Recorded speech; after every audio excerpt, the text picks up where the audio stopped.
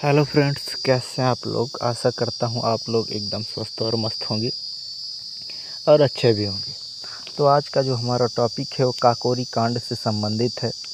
क्यों हमारे महान क्रांतिकारियों को ट्रेन रॉबरी करने पर मजबूर हो जाते हैं। ऐसा क्या होता है जो हमारे क्रांतिकारी ट्रेन को लूट लेते हैं।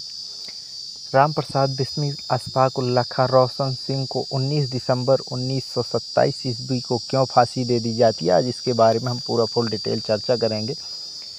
तो इसके लिए थोड़ा सा हमें कुछ पहले बैकग्राउंड में जाना पड़ेगा। आता है समय 1 अगस्त 1920 ईस्वी को, जब गांधी जी अपना असहयोग आंदोलन प्रारंभ करते हैं।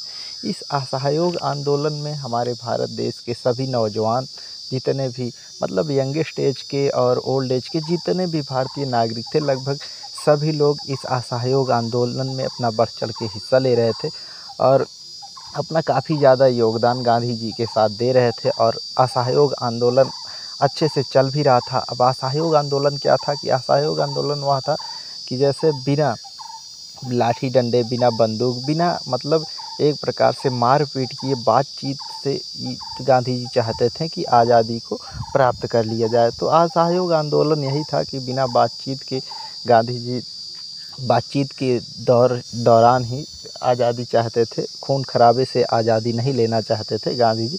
तो यही था असहयोग आंदोलन। क्या होता है आगे चल कर के, समय आता है 4 फरवरी 1922 ईस्वी का, जब असहयोग आंदोलन में काफ़ी संख्या में लोग जमा होते हैं। तब अंग्रेज़ ने जो असहयोग आंदोलन में भीड़ जमा हुई थी, तब यह भीड़ देख करके अंग्रेज़ जो थे वो डर जाते हैं और भीड़ को काबू करने के लिए पहले हवाई फायरिंग करते हैं, जिससे कि हवाई फायरिंग से भीड़ काबू नहीं हो पाती बल्कि भीड़ में भगदड़ मच जाती है। और अंग्रेज़ों को अब जब भगदड़ मच जाती है तो फिर भीड़ को काबू कर पाना और ज़्यादा मुश्किल हो जाता है। तो फिर क्या करते हैं अंग्रेज़ लोग, फिर जितने भी क्रांतिकारी थे, क्रांतिकारियों के ऊपर फायरिंग करना चालू कर देते हैं, जिससे हमारे उस भीड़ में 10 क्रांतिकारी की मौत भी हो जाती है, जिससे क्रांतिकारियों का गुस्सा बहुत ज़्यादा बढ़ जाता है। तो फिर क्या होता है, जब क्रांतिकारी गुस्से में आ जाते हैं और पुलिस वालों पर और उनके थाने पर हमला कर देते हैं, तो जो अंग्रेज़ी सिपाही थे वो थाने में अपने आप को अंदर से लॉक कर लेते हैं। और जिसके बाद फिर जो हमारे देश के क्रांतिकारी थे, ये गुस्से में आकर के उस थाने में ही आग लगा देते हैं और तमाम जो अंग्रेज़ सिपाही थे वो जलकर काफ़ी ज़्यादा सिपाही अंग्रेज़ के जलकर राख भी हो जाते हैं और थाना भी लगभग जल ही जाता है।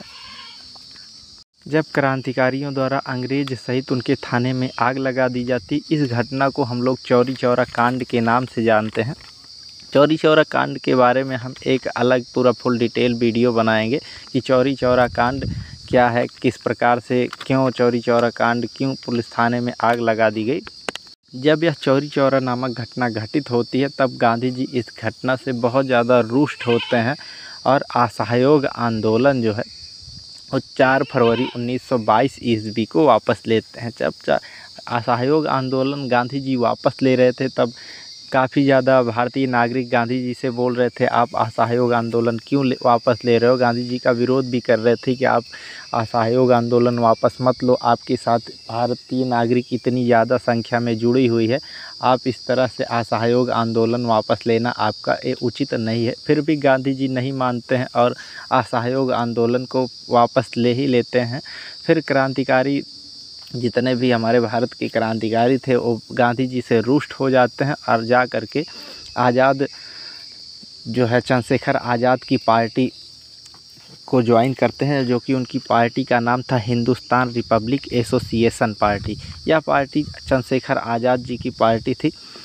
इस पार्टी में जितने भी क्रांतिकारी, लगभग सारे क्रांतिकारी इसी पार्टी में जा कर के जोड़ते हैं और आगे चल कर के यही क्रांतिकारी एक प्लान बनाते हैं ट्रेन को लूटने के लिए। ट्रेन क्यों लूटते हैं, क्योंकि क्रांतिकारियों का मानना था कि हम अगर अंग्रेज़ों को अपने देश से भगा सकते हैं तो वह है बंदूकों से, और मतलब जितने भी लड़ाइयों से। अगर हम बातचीत से अगर हम अंग्रेज़ों को भगा सकते हैं तो ऐसा संभव नहीं है, हमें अंग्रेज़ों से लड़ाई लड़नी ही पड़ेगी, हमें अंग्रेज़ों को मारकर खदेड़ कर ही भगाना पड़ेगा। इसलिए भारतीय क्रांतिकारी जितने भी थे अब अंग्रेज़ों को भगाने के लिए क्रांतिकारियों को चाहिए होता है पैसा और बंदूकें। अब पैसा और बंदूकों के लिए हमारे देश के जो क्रांतिकारी थे इसीलिए जो है काकोरी कांड करते हैं।